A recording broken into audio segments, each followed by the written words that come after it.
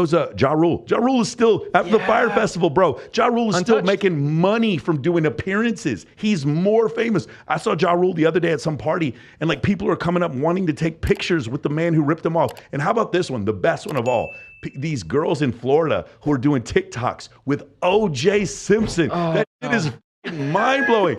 Bro, like what planet are we on? Anything for clout. You know, it'd be a fascinating book that maybe your buddy could write is this obsession with fame that is now becoming so prevalent and so obvious to us. Like anyone with clout, it's like inherent within us. If you have clout, you just want to, like Logan Paul. I'm a big fan of Logan Paul. I like his content, but like this guy goes out in public and it's just like people you see on the vlogs, people just want to be around you. Even if you're in this moment of time where you're hated. Andrew Tate, it sounds like you're friends with him. Like he's so hated, right? But anytime he goes out in public, you just see people just want to be like just anything, pictures with him, talk to him. It's girls hit me up and tell me how much they hate him. But to be fair, I was friends with Andrew before he became famous. Not famous. He maybe had 400,000 followers and no blue check mark when I first met him. And then the same girls would like want his number. You know what I'm saying? Like, is he hot? Like I'll have girls be like, I hate him and he's super hot. I'll have women absolutely say that to me. That's wild. It's mind blowing. So going back to the Logan Paul thing, one of the examples I like to make is like, who could get in front of venture capitalists faster, you or me or Logan Paul? Logan Paul probably. Right. But Logan Paul's not famous for venture capital. Right. He's just famous. That's it. And this goes back to one of the tenets of Men of Action is status is status is status. When I meet girls who are like the best girls I've ever met, like low body count, super beautiful, in the gym all the time, family women, multiple master's degrees, run their own company. When I meet their boyfriends, 500 body count. The guys who've like slept with like 6 male strippers with neck tattoos. It's like former men, like gigolos. Like, and you're like, what in the world's going on? Why? Because we as men sometimes we start thinking, because we judge women, and I try not to, but like when we judge women, is this is a good girl, this is a bad girl. We start thinking our status is the same way. This is good guy status. This is bad guy status. Take a look at Machine Gun Kelly before you start thinking of good guy status or bad. Like when you see Kendall Jenner, is that the one with Travis Barker? Which one's with Travis Barker? I can't remember. Kendall or Kylie Jenner, whatever. It doesn't matter. Look at Travis Barker, and then he's with these fine ass women, like anyone he wants. Stop thinking there's good guy status and bad guy status. There's just status. Your president, a porn star, and got elected. There's just status. Yeah, clout is also a word you could throw in there for Instagram specifically. I have this belief system, and I'd love to share it with you because you're one of the few people I feel like I could have this conversation with. So I did cold approach pickup. I was obsessed from 2012 2015. We're skipping ahead. We were going to talk about this for a while. Yeah. So I was super into this world and loved the idea. And once you get that superpower, you actually go out and you're like, oh, that cute girl, you can go talk to her and get her number. Wait, before I had to be friends with her friends and anyway. So you do this thing, and then I realized there was a ceiling for me, and I would go into a bar and the cute girls over there. There was some discrepancy between how I perceive myself, and I would never walked up to them confidently. And I realized I need to improve my status, my lifestyle, my income, wealth, career, how I perceive myself, all this stuff. And so I focused specifically on gaining as much status as I could. That was my pursuit. Yeah. I believe personally that after guys go through that little sleep with everyone phase, I think they should pursue status above all else, because my opinion is status is like an umbrella. Money, if you want like the clout game and access to women through clout, like that's obviously becomes available, but also who you meet. For sure. Like, dude, I was working at a desk job 2 years ago, and now I'm hanging out with people with like real clout, like real clout. I don't have real clout yet. Maybe no, you hang out with all like these successful people. Yeah. But anyway, my social circle now is with some of the people that are biggest on the platform. This was within 2 years. My income's gone up, my connections, my social circle, the quality of people I hang out with. All this has gone up specifically because I have like some clout on YouTube. And I would be curious to hear your opinion of that. Let's look at this. So let's like say status is the overall set, and there's 2 subsets. We'll tell you one of them is called clout and the other one is called competency. Okay. So a competency, like you're famous because you're really good at what you do, right? Michael Jordan would be an example of having status because of a high level of competency. And with that comes clout as well. And then some people, they don't have a high level of I'm not saying that Logan Paul doesn't have a high level. Obviously, he's an incredible podcaster, very, very talented content creator, but his clout is where he gets his status from. Does that make sense? The Kardashians are always the best example. They were the famous for being famous. That's a great example. Famous for being famous. I don't like to put Paris Hilton in this category because she makes you think she's way dumber than she is. She's way smart. That woman is a billionaire. She has more. Paris Hilton has more money than Kim Kardashian. A lot of people don't realize this. 100% she does, because she has that makeup line. Now, Kylie may have more money than Paris Hilton now, but Paris was a legit billionaire without Conrad Hilton's money, without her great-grandfather's money. So that's one of the things that I thought was really interesting. Clout is just the thing where I'm famous for being famous, but competency was another thing. Like, for instance, Dr. Buss is famous for being competent, not for the clout. I wanted this program to be an expression of both. You kind of call people out for just the clout with no competency. So they have status with clout with no competency. When we talk about I need to improve myself, not every one of our clients or everyone who follows you or everyone who's in pickup or everyone who's in Red Pill or whatever, not all of them can become famous. Like Bilzerian talks about fame brain. They can't all become famous, but they can all become competent. They can all become the best engineer at their work. They can all become the guy on social media who like just has the coolest photos, travel photos of their small group of friends in Des Moines, Iowa or Wichita, Kansas. They can all increase a level of competency, which gets them to a level of status. That's possible to do. But like, I don't think everyone can become famous, right? And that's interesting because you talked about you wanted to gain as much status as possible in order to get to that place.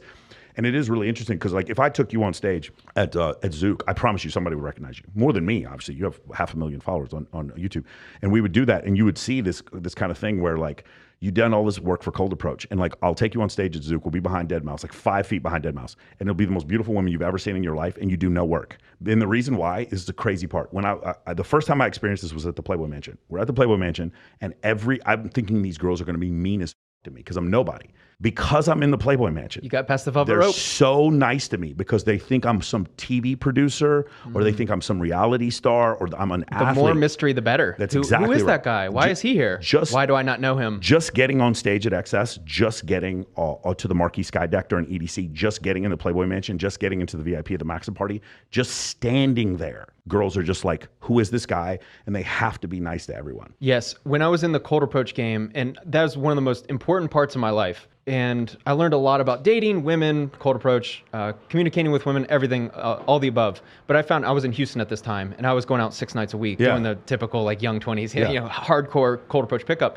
And I found myself, when I went to the bar, the kind of the higher status bar, when you have the cute girls, all 4 girls at a table, I didn't feel confident going and talking to them. In this game, I just felt like the game was rigged against me. It was almost like when you're investing, you're like, I'm not seeing something. It is. It is. The bar rigged it against you. The bar wants to shit on you for being poor. Always remember that. In a nightclub in Vegas, there's a girl guy. His job is to go find all the pretty girls in GA and pull them away from GA so that Cold Approach pickup artists have no shot with them. Take them to a table with a guy with a $15K minimum, make those girls drink all his alcohol so he keeps buying more bottles. That is the business model. Yeah. On the low status people. Always remember that. Go ahead. And I had this belief at the time where I saw it. I was like, I don't believe I can attract these girls with any type of consistency. How do I gain? And when I say status, I'm not some guy that's like out to clout chase. I'm not like trying to be famous for famous. I saw what the benefit was with you. When you have like a blue check on Instagram or you have a social circle full of very successful people, whether that's on Instagram or business people, I just wanted to be around that group of people. Well, anyway, what I really respected about you is you were always on the periphery of this RSD, and I would see you and go, okay, this guy is the only one that's hanging out with beautiful women. All the other guys claim to be. He's hanging out with beautiful women. I could see the way they react to him. You had this philosophy of being friends with them, and I could clearly tell that they respected you and they looked at you as an equal friend. The women. The women did, yeah. And I was like, okay, this guy seems to have it. And at that point in my mind, I was like, I'm not playing the right game. I want to play a game where girls have some type of perception of me up front, where we're at least on equal playing field. I know this is like an uncomfortable topic for a lot of people, and I know you know where I'm going. It's not an equal playing field. Like if you walk up to a girl and she doesn't know who you are and she's really hot in a bar and she knows she's hot, like good freaking luck. Yeah. You need like the best verbal game, and I just didn't have it. Or Kindly Myers as a wingman. That's another thing that helps. And we were talking about that before. So anyway, that's what I'm getting at is I wanted to live a life where I was around successful people and I had cute girls with me and going to the bar, not one of these lone pickup guys that you and your buddy go out in your $10 button down t-shirt. So here's the problem. The problem is the way pickup was taught was that Cold Approach was 100% of pickup, and that there was a subset of pickup or game called social circle. That is incorrect. I don't even call it game. It's just being a normal human. That is social circle. 2% of game is Cold Approach. Cold Approach is inbounding the basketball. social circle is the entire game. Right. And this is the way it's taught, though, is because the metrics are so unattainable. You feel good about yourself because you approached a woman. Now all of a sudden it's like, well, I feel good about myself, therefore I'll just keep doing more and more cold approach. And then here's the other thing: if you ever seen me with a successful interaction with a woman, it is boring shit. I lean in a couple times, she laughs, I don't touch her at all, and we just leave together and go eat like at a pizza place in the middle of the night. It's so boring. If you filmed me, it would be like, dude, this is the most boring shit ever. But what do we see with the infield videos that guys were doing? It was they were spinning them around, dancing monkey. They would bark on them. They would lay on the ground. They would spit. I was one of the guys I've been told over and over again was the greatest PUA of all time. I'm sitting there hanging out with him, and he's barking at this girl. And I take him aside. I'm like, hey, bro, these girls know me. Like they'll leave with us right now. They like me. Right. You don't have to bark at them. Yeah. They'll go home with me. But it was so funny because he couldn't transition from cold approach to like the social circle part of it. The other thing was, my affiliation with RSD, I was just going out every night in LA, and there was just these dudes, and I was just alone. I fucking hate LA. And I was just like, these guys are funny. Like, you know what I'm saying? And some of them are like, they're trying so hard. And some of them were just kind of like this lovable, like nerdy guys. And they were coming from a good place. And I was like, okay, it, I'll go out with you guys. And then I would try to like get them into clubs, and it was a disaster. It never would work. And I would introduce them to females, and I was like, hey, this is my female friend. And the guys are like, what do I do with your female friend? I'm like, just hang out I don't have that skill set. I don't understand that skill. I know how to go talk to her if she's standing on the opposite side of the bar, but I don't know. I don't know. I was like, hey, dude, I would have girls come into LA when I was in Vegas. I was like, hey, take care of my homegirl. Take her out with you guys and have a good time. And these PUAs were like so confused. Like, what do you mean take her out with us? I don't know how to do that. And, I just saw that happening, that the whole situation happening over and over again. I was just friends with Owen and them, and they would ask me to speak at stuff. I didn't make any money from any of that affiliation, not one single penny. They did not pay for my hotel rooms. I've never worked for RSD. It was just a function of like, hey, you guys are trying to improve yourself. Cool. If you want me to speak, I'll come help you and speak. And meanwhile, I was working in finance and hosting bikini competitions. That's all I was doing. I didn't make it as a business until December 2019. I did none of that.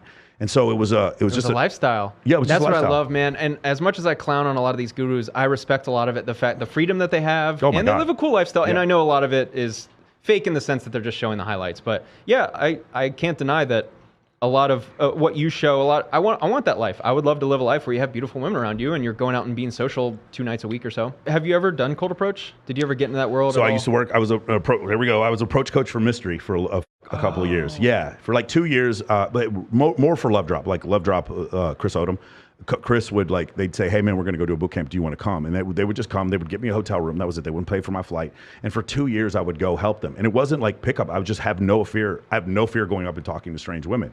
But it was I was not doing what they were doing. I was literally going up and just like making friends. Way healthier approach, man.